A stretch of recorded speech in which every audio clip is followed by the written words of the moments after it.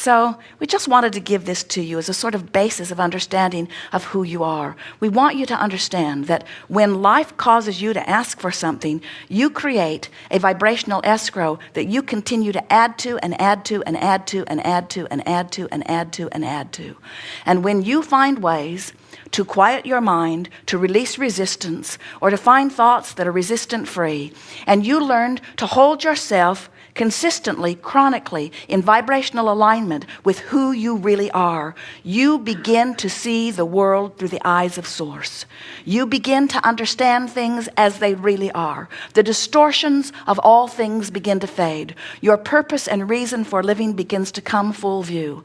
And most important, you begin to understand your place in this leading edge expansion, your place in the universe. And then what happens to you is your feeling of well-being and worthiness, your feeling of self-appreciation sweeps around you and through you and permeates everything that you are and radiates to the boundaries of this boundaryless universe and assists everyone who comes into contact with you, even in the slightest way, of being uplifted, because you are tuned in, tapped in, turned on to the Source within you. You are no longer a fragmented shadow of who you really are. You are who you really are.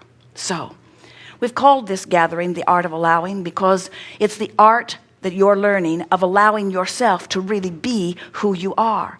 And of course we know you're here in your physical form and you are wanting things of a physical nature, and maybe the tone of this message to you makes you wonder if it's right for you to be thinking of money or thinking of relationships, thinking about the things you want, rather than more spiritual things like connecting to Source and living your life's purpose and being who you really are. And we say nothing could be more living your life's purpose than to be here mixing it up and coming to your conclusions about what you want. There is not something more virtuous about one desire than the other. The thing that is virtuous is coming into alignment with that which is really you. In other words, coming into alignment with the you that you have become. So we've just got to tell you this story, even though many of you have heard it before. Hear it now like you've never heard it before, because this is who you are and this is how it all fits together. You, Source energy. Before you came into this physical body, Source energy, hear it and try to embrace it. We can feel it bouncing off of many of you. Source energy, way too big. Source energy, way too big. Well, deal with it. Source energy, you, Source energy before you came forth into this physical body. And then you said, I would like to express in physical form, and so a part of that Source energy that is really you comes forth into this physical body, and splat, you're born.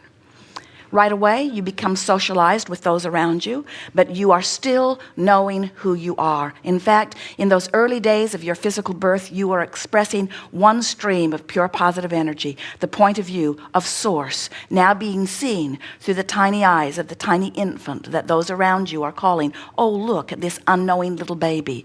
And you are knowing, I am knowing all, because I have just come fresh from the place that knows it all. And then here you are in your physical form. You begin to integrate yourself into your society. You mix it up with others. And all day, every day, through the deciphering of life that you are living, you, genius you, brilliant God force you, give birth to new rockets of desires. If someone's rude, you want them to be nicer. If you're rude, you want to be nicer. If you don't have enough of something that you need, you ask for it. In other words, all day, every day, at all levels of your being, even cellular levels, you're asking. And law of attraction is matching your requests in this way. So as you are asking, there is, as with all things that are ever created or manifested, there is a rocket of desire. There is a vibration that precedes manifestation, that exudes from you, that radiates from you, a signal or request or asking that radiates from you. And as it radiates from you, law of attraction and all that is match that vibrational signal. That's why we say to you, when you ask, it is given. Even when you do not use your words to ask, in fact, especially when you do not use your words to ask. When you have life experience that makes you want something, you send out a rocket or a request, and that request is answered immediately. So fast that if you would allow it, those around you would call you the miracle maker of all miracle makers. But you don't allow it, because you're physically rooted, and that's not a bad thing usually. But the more you continue to beat the drum of where I am, the more you disallow yourself the receiving of what you've asked for that has already been given to you. In other words, when you ask, it is given. The question is, are you letting it in? And the answer to the question, are you letting it in, resides in how you feel. If you're ornery, you're not letting it in. If you're afraid, you're not letting it in. If you're mad at somebody, you're not letting it in. If you are feeling negative emotion, you're not letting it in. And the reason that you're not letting it in, almost without exception, is because you feel that you must justify the receiving of what you're asking for by the defending of how badly you need it or want it.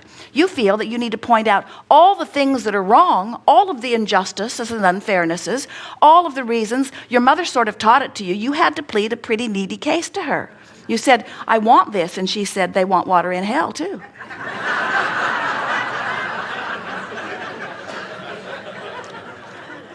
Esther has severely missed that line now that she no longer believes in hell. Your mother says, why do you think that you should get what you want? Everyone wants. Everyone wants.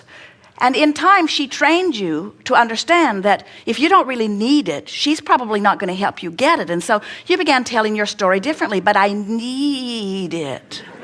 I will die if I don't have it. And little by little by little, most of you have oriented yourself to focusing upon why you want what you want by pushing against the other end of the stick. In other words, every subject is two subjects, what's wanted on one end and what's not wanted on the other. Wellness on one end, illness on the other, abundance on one end, poverty on the other. Clarity on one end, confusion on the other. In other words, every subject is really two subjects. And you could be vibrating on either end of the stick or somewhere in between. The question that we want you to begin asking yourself is, where are you vibrating on this stick of possibilities in relationship to what you want? And the answer lies in the emotions that you feel. If you feel fabulous, you're up there chronically in vibrational alignment with what you've been asking for. And that fabulous feeling cannot continue long without manifestations that match it and back it up and support it coming into your experience. It's law. It's just the way the universe works. But you can't continue to focus on injustices and beat the drum of what's wrong about things and be a vibrational match to what you're asking for. If we were standing in your physical shoes, we would bless the culprits that surround you. We would bless the wrongdoers, the rude ones, the cynics. We would bless the ones that seem to want to take from you or seem to want to poke at you. We would bless them for the contrast they provide. For without them in their differences, you would not be inspired to what you want. But when you are prodded and poked into identifying what you want, and you don't turn your undivided attention to what you want, you really can't blame them for the bad way you feel. Because you have the ability to focus upon what you want, regardless about what anybody else is doing. It comes down to the power of using the focus of your mind. And many of you think, oh, we're in one of those weird seminars. They're going to start talking about mind control again. And we say, because you are vibrational beings, you must address the vibrational nature of your being. And the more you become those who try to create through your words and action, the more you separate yourself from the knowledge of who you really are, and the weaker you become as an individual or as a society.